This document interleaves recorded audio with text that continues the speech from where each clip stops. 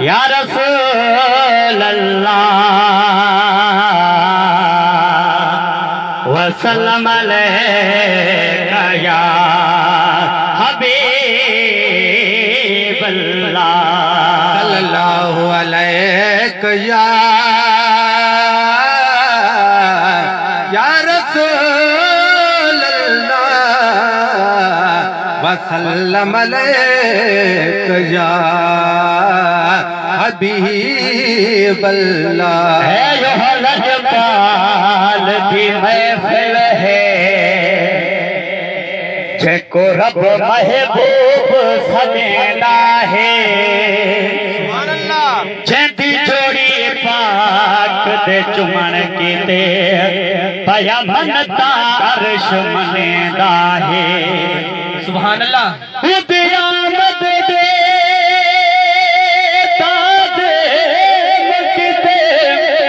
رب کل کائنات جڑے ہے جندہ ارشاد دل فیض خدا خود آپ میلاد منیدہ ہے صلی اللہ علیکہ یا رسول اللہ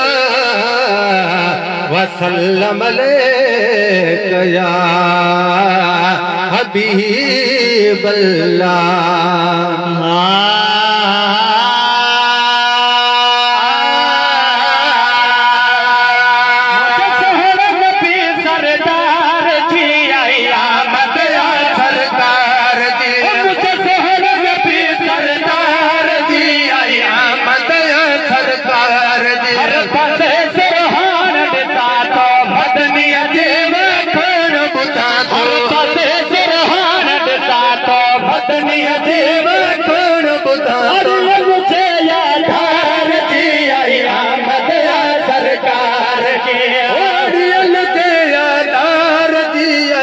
آمد یا سرکار جی تکن پر وطن جی بولی میں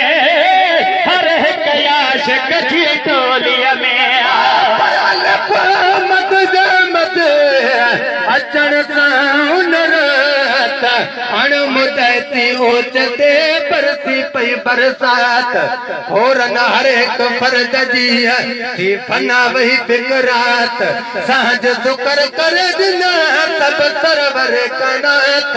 سب پڑھو سکھ پیار ماں مجھے سائیت سلوات تمہیں سر گئے نہ تمہیں پل میلاد نے تکن پر وطن جی بولی میں ہر ایک عاشق جی ٹولی میں تکن پر وطن جی بولی میں ہر ایک عاشق جی ٹولی میں ہر ایک عاشق جی ٹولی میں چہر حسدار جی آئی آمد یا سرکار جی چہر حسدار جی آئی آمد یا سرکار جی پتے سرحان دتا تو بدنی عجیب کھڑ بتا تو مجھے یادار جی آئی آمد یا سرکار جی نبیل سے سردار جی آئی آمد یا سرکار جی سہج تو پہلے جو جگ سارے عرش فرش اے عالم پیارو پر بے وہ بخشن رکھے کعبے گال بڑی مکائی محبوب کے کھوٹن مجھ کھڑی دھڑکا دھڑکا تھیا جڈیں دھڑ جو آیو دھڑی بیٹھو ان محبوب تے اج ہر کو مانی او پکڑ بھی نہ بری کڈے جہان بات بنی مہے سر لجڑی کالی ذات اما بھی سہج تو پہلے جو جگ سارے عرش فرش اے عالم پیارو سہج تو پہلے جو جگ سارے عرش فرش اے عالم پیارو عرش فرش اے عالم پیارو نور نبی نقدار جی آئی آمد یا سرکار جی نور نبی نقدار جی آئی آمد یا سرکار جی پتے سرحان دتا تو بدنی عجیب کھڑ मुझे यादार जी आई आमद या सरकार जी सुन नबी सरदार जी आई आमद या सरकार जी भरन भरन में थी खुशहाली अची विया जग में जनाबे आली तो पान घुरा अज आदा खड़न तार मत समा सदको कया मुख हुजन सिर हजार कहीं भी न थे पंहिंजो कयो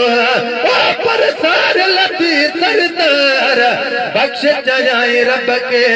मुझा पुछड़ा ऐं बदकार महेतर मिसकिन व्याकुल बानिया बार ये कयो कल तार जी हबीब नातड़ा खया भरन भरन में थी खुशहाली अची विया जग में जनाबे आली भरन भरन में थी खुशहाली अची विया जग में जनाबे आली अची वे जग में जनाबे आली गरीबन से कम खार जी आई आमद या सरकार जे गरीबन से कम खार जी आई आमद या सरकार हर जे पासे सुरहान ॾिसां थो बदनी अजीब कर बुधा मुझे यादार जी आई आमद या सरकार सुन नबी सरदार जी आई आमद या सरकार जे ईश्वरन खे नवाज़ मुबारक करम कयो अल्लाह तबारक ईश्वरन खे नवाज़ मुबारक करम कयो अल्लाह